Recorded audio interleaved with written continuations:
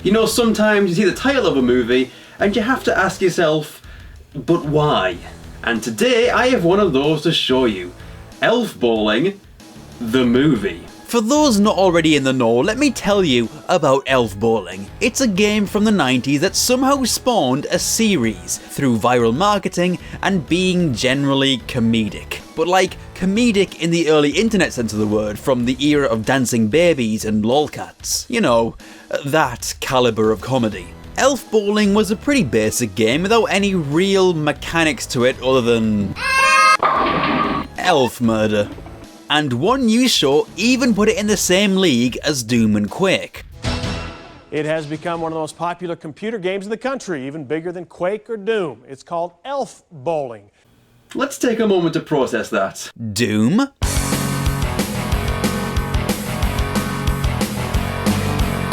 Quake?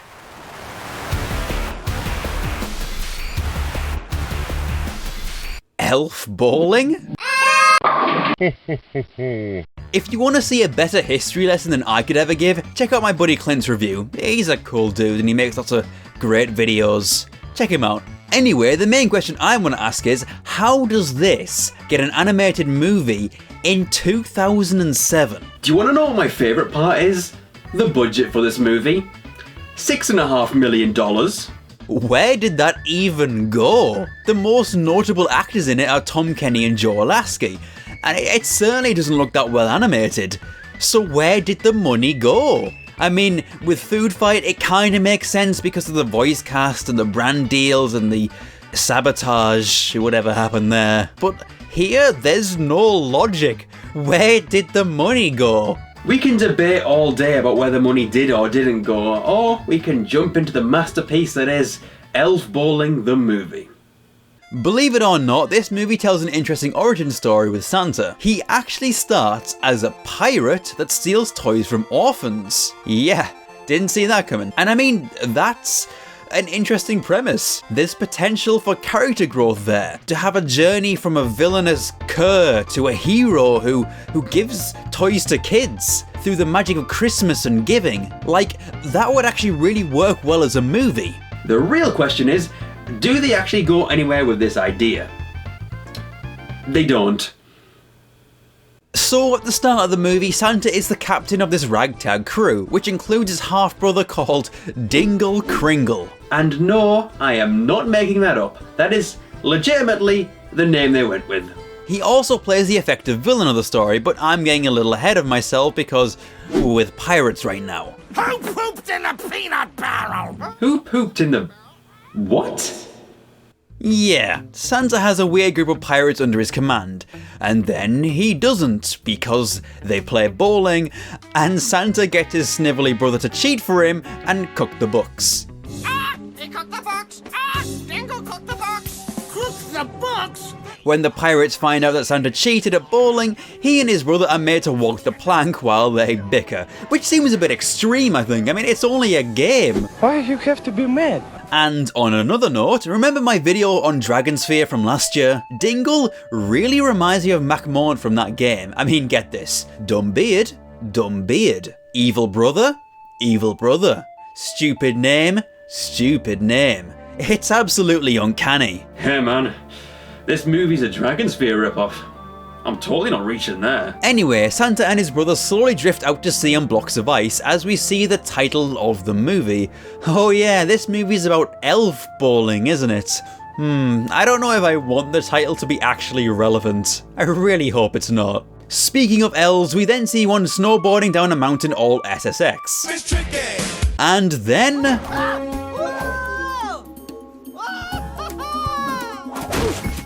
Whoa, hold on. Let's back up a second. I just want to question this for a second. Who falls to their potential violent death with a smile on their face? I am suitably creeped out. Anyhow, this is Lex. He isn't actually dead, despite the potential for horrific injury, which, now that I think about it, is kind of a running theme in Christmas movies. Lex is basically what you describe as the head elf, and he comes across the frozen husks of Santa and Dingle, frozen in an eternal battle of immaturity.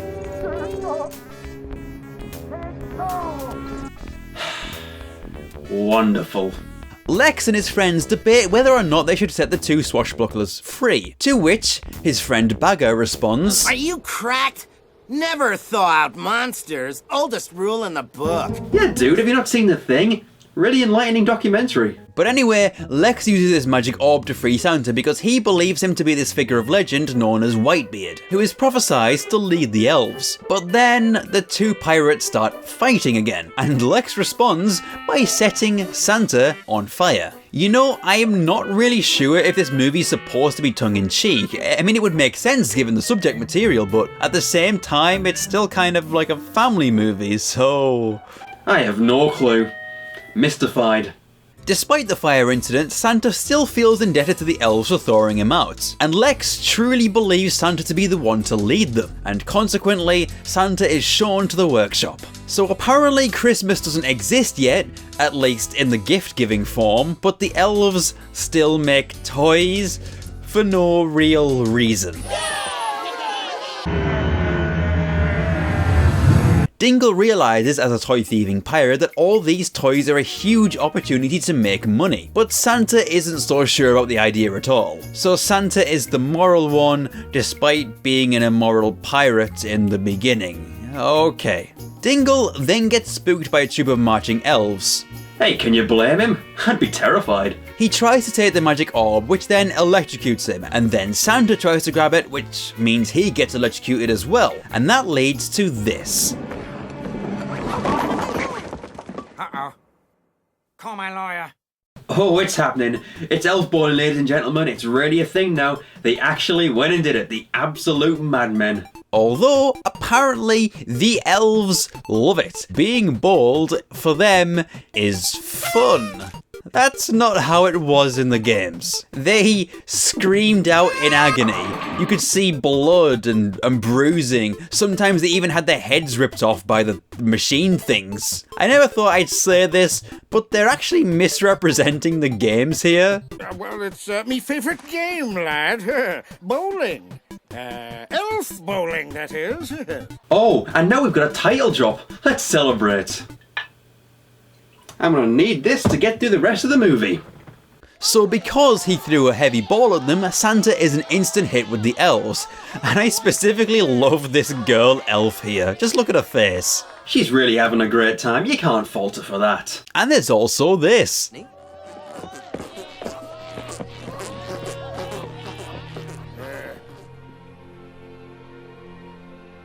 'Tis the bloody season.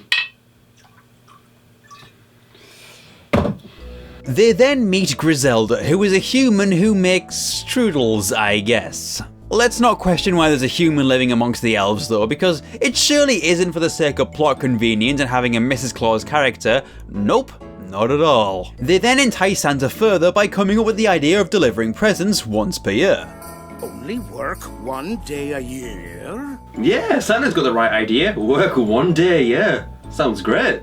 And so Santa becomes the jolly figure of legend we all know him as, while his brother gets up to some shady dealings with penguins. You can probably tell where this is going.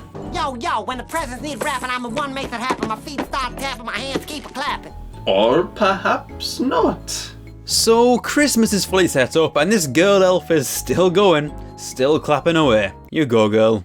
As the years go by, Christmas becomes a thing and Santa becomes a figure of legend. It also takes him like 1,000 years to get married to Griselda. He was really playing the long game there. Also throughout history, Dingle becomes an immortal trickster of sorts. Anyhow, Dingle lives on Santa's couch as a lazy sod, and apparently he's been doing this for hundreds of years. So Griselda finally decides that she wants him out.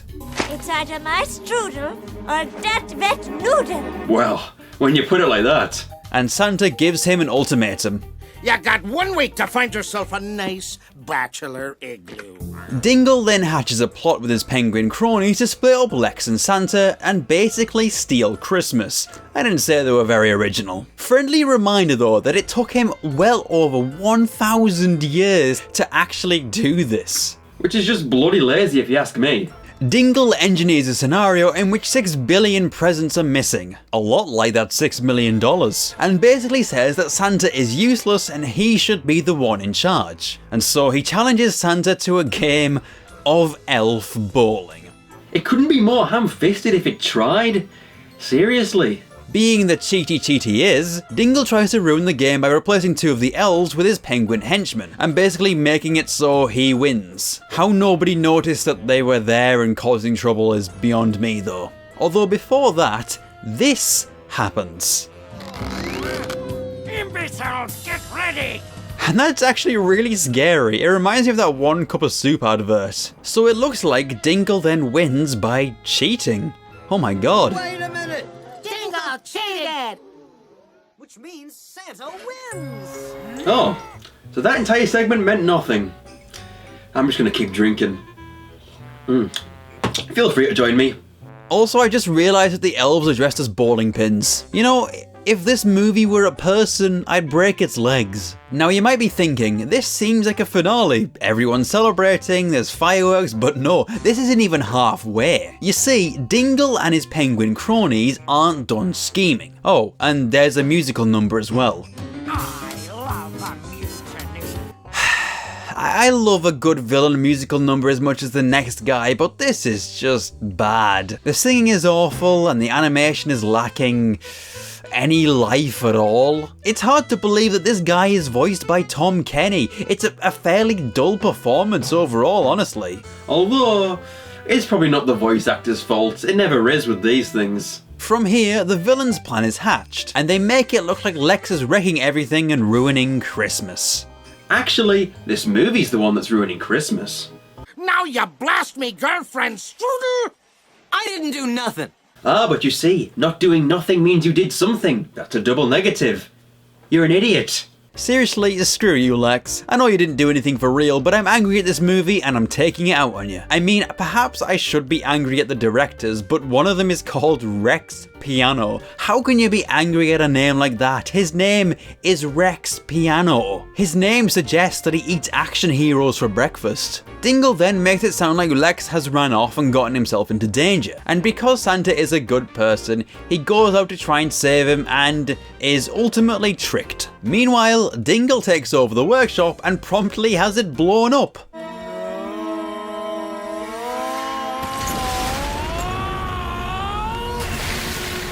Wow, Santa got wrecked. Dingle also writes a note that makes it seem like Santa has run off, and the elves believe the guy who has a street cred of being a lying sneaky sneak. Wait, so Santa has been working with the elves for over 1,000 years at this point, and a single note makes them instantly hate him? All elves stink? Especially Lex. Well, I mean, that's just true. This situation makes no sense. They have reason to trust Santa after working with him for so long, and they have reason to not trust Dingle. There's just no logic to these character actions. Hey, writer of Elf Bowling, have you ever heard of believable characters? You know what, I'm gonna have a look at who this writer is, because surely they must have wrote some other stinkers as well. So, Martin Olsen. What else has he done? Wait, Rocko's Modern Life, Extreme Ghostbusters, Phineas and Ferb, but those are decent shows. Well, now I'm just having an existential crisis, but what else is new? I don't understand how this movie exists in the state it's in. The budget was huge, the writer isn't awful, the voice actors have had other great roles, so how? I mean, I'd probably say this is worse than the Star Wars Holiday Special, which has this. Stir, whip, whip, whip, stir. And I mean, how can you do worse than that? That's a pretty impressive feat. Anyway, I keep getting off track. I guess I just want to stay far, far away from this movie. I mean, can you blame me? With Santa out the way, Dingle convinces all the elves to move the workshop to Fiji. Yeah, a Christmas movie in Fiji. And so, on the plane journey, this is what we see next.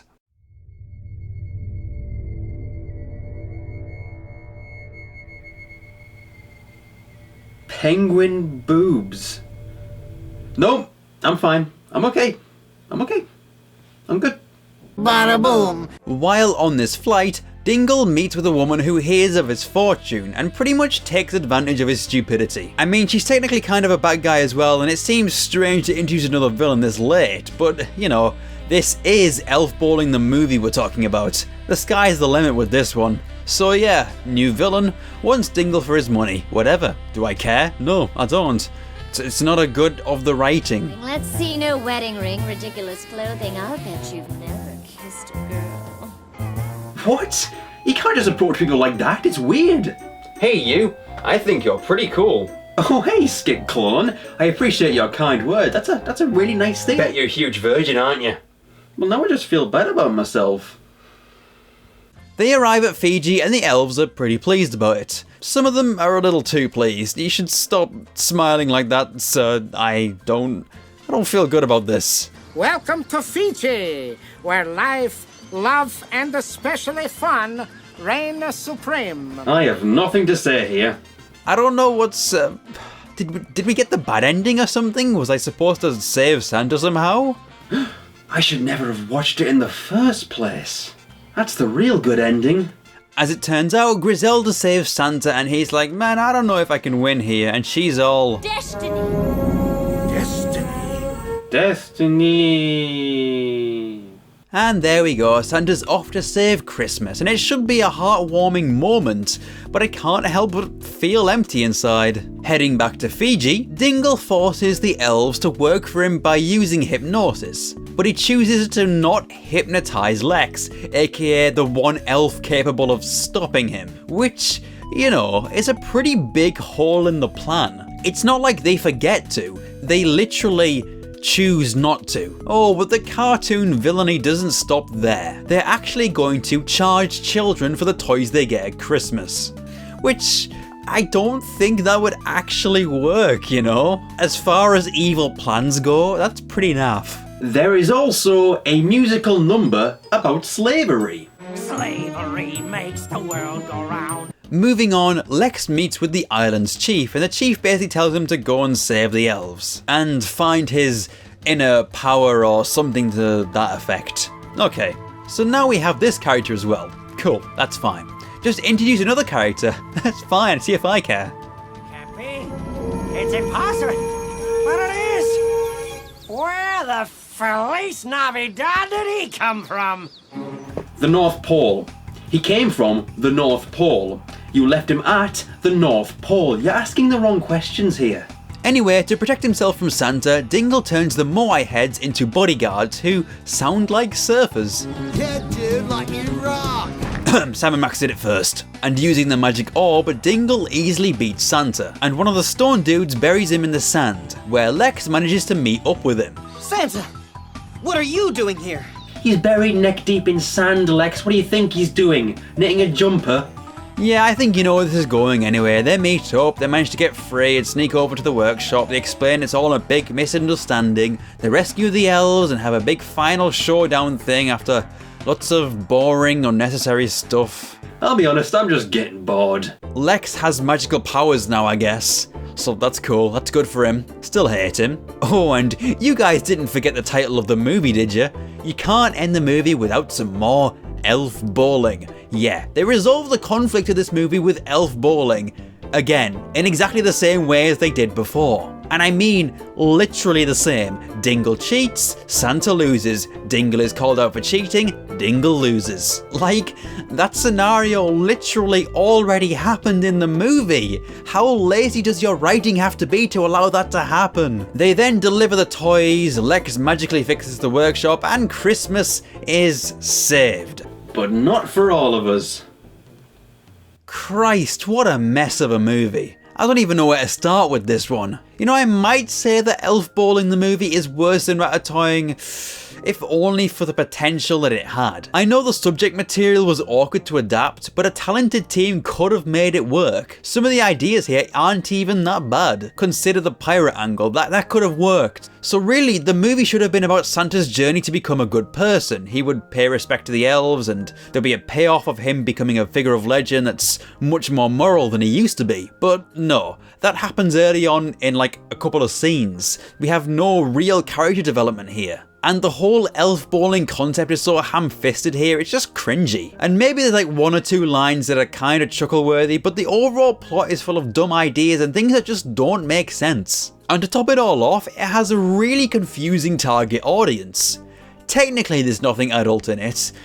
Technically. But much like Food Fight, It's Estranged Older Brother, it doesn't quite feel like a kid's film either. Also, I never found any of the characters to be compelling. Did I care about them at all? Nope, not even the villain. And villains are usually so much fun, but Dingle is just like the off-brand Robbie Rotten, without a single ounce of his charm. I don't know, I just wonder where all this money went. $6.5 million. Where? Whatever the reason, I'm actually really glad to have watched Elf Bowling the movie. Not because I enjoyed it, but because, you know, no matter how far I fall in life, no matter how low I go, at least I won't be the guy who made Elf Bowling the movie. And I can drink to that. Merry Christmas, guys. Thanks for making this year really great. I'll see you in 2017.